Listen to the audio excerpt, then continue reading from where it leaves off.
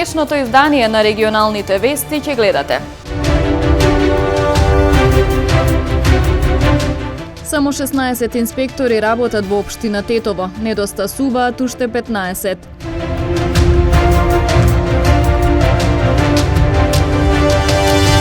Во државата доминира стелт омикрон варијантата, а делта сојот воопшто го нема, вели председателот на Комисијата за заразни болести Петличковски.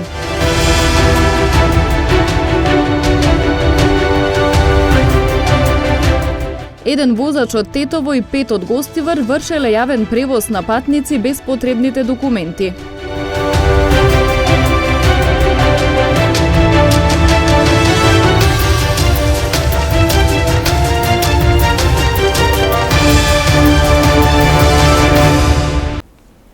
Советот на општина Тетово денес одржа состанок на кој се дискутираше за работата и активностите на општинскиот инспекторат. При тоа беше утврдено дека инспекторатот работи само со 60% од потребниот кадар, а му недостасуваат и подобри услови за работа. Дури 15 општински инспектори недостасуваат во Тетово. Досега само 16 навршат инспекцијски надзор и контроли во сите сектори. Само по двајца има во градежништво и во комунални дејности. Еден за туризам. Инспектор за даночни обврзници со овластување за прв пат е назначен оваа година, а инспектор за домување нема. За да имаат поефикасна работа од инспекторатот, велат дека потребно е да се направи систематизација. Инспекторатот во моментот од кога сме дојделе е со процент, да кажемо, на 60% што може да реагира и да функционира као инспекторат. Инспекторатот имало и многу други недостатоци, као записници и други работи што се со законски работи. Ние сега сме ги смениле, имамо све со подзаконски акти, работиме све со правилност као треба со законот за инспекцијски надзор.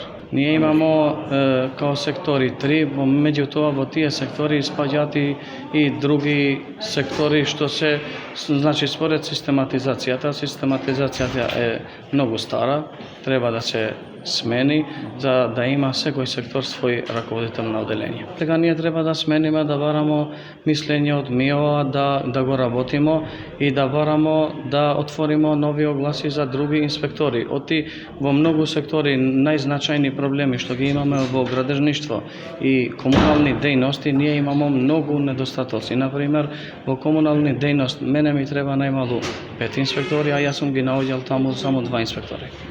Во градежништво имам 2 инспектори, а најмало ми треба 5. Инспекторатот досега немал ниту едно возило за на терен, а од градоначалникот добиле ветување за подобрување на условите за работа и нови вработувања. Инспекторатот немал ни едно возило. Со нашите доаѓање сега за сега 2 возила ни се дадени од градоначалникот за работа. Меѓутоа ни треба уште и ни кажал располагање дека уште што да ни треба ни стои на располагање. Граѓаните велат дека мора да има повеќе контроли и казни за да се воспостави ред, затоа што Тетово е град со многу проблеми: дивоградби, аерозагадување, депонии. Тешко се излегува на крај со овие дивоградби и мислимо инспекцијата да биде поажурни и поефективни. На секој чекор, видите кај река на Пења што е пример, речемо, испод Колтук тоа тамо горе. Видите нагоре што е. Кој носи тоа тамо, само проđа камиони тоа, цигле, бетони. Значи Тетово е стално загадено. Со загаден воздух. Треба казна за тие што прават такви работи. Треба повеќе казни, да, и за да може да се регулира на некој начин чистотата. И тетовските советници денес побараа поголема ажурност на инспекцијските служби на состанокот кој се одржа во општина Тетово. Општина Тетово е добитник на проектот за општините од EU4 наречен Дигитално иновативни решенија за општина Тетово. Целта на овој проект е зголемување на квалитетот на животот преку дигитализација на општинските услуги. Значи, денеска имавме можност да бидеме дел од потпишувањето на договорите за проекти кои беше вклучени општина Тетово, проекти финансирани од Европската Унија.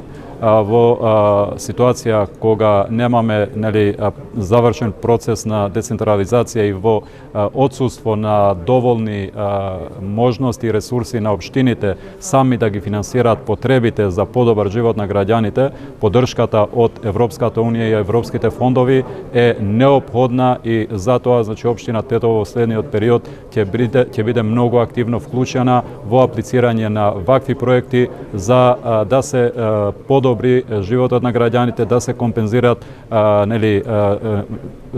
да се компензира недостатокот на средства од само финансирање, односно поддршка на централната влада.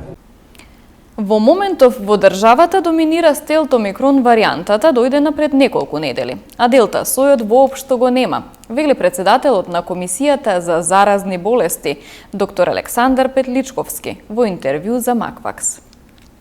Во моментов е најактуелен омикронот, тој има две подваријанти, од кои втората, поновата стелт варијанта, така наречена, или BA2 сој, е малку варијанта за загриженост, ништо специјално. Единствено, кај оваа варијанта е малку заразноста е малку потенцирана. Сега за сега клиничката слика останува истата таа за која се знае дека е полесна со омикронот. И да, има пријавени случаи на делта крон, тоа е комбинација од делта и од омикрон. И тука стравувањето е дека можеби ќе имаме некој вирус кој лесно се шири, а предизвикува посериозна клиничка слика. Но тоа се шпекулации и во моментов, повторно, ние не сме во ситуација да паничиме и панично да ја очекуваме новата варијанта, бидејќи вирусот најлесно се шири ширејќи се по луѓето, најлесно го променува својот геном со нови и нови инфекции. Како овие 80% кај нас или можеби и повеќе имунизирани луѓе циркулираат во општеството, шансите вирусот да влезе и да се променува кај овие имунизирани луѓе се многу намалени.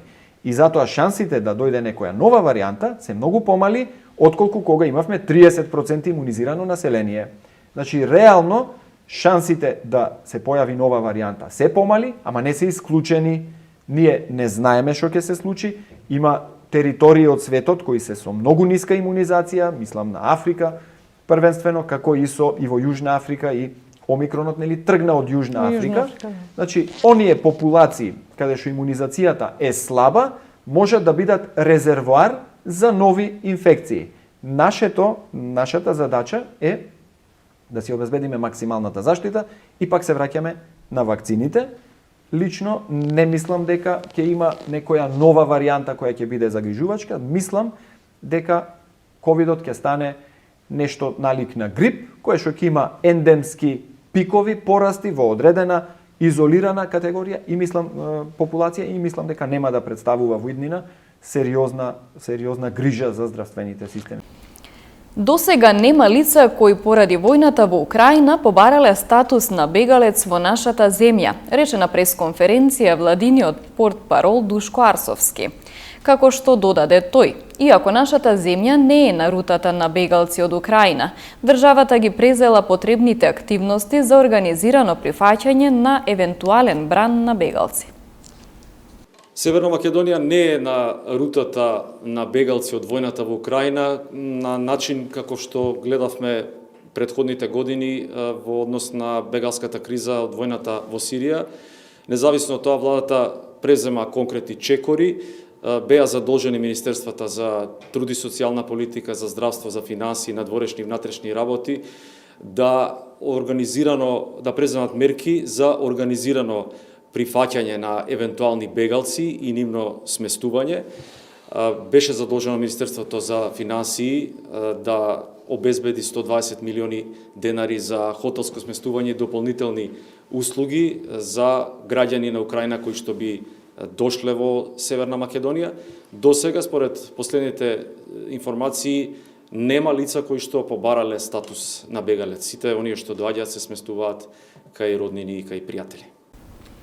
Во продолжение деталите од полицискиот билтен на секторот за внатрешни работи Тетово.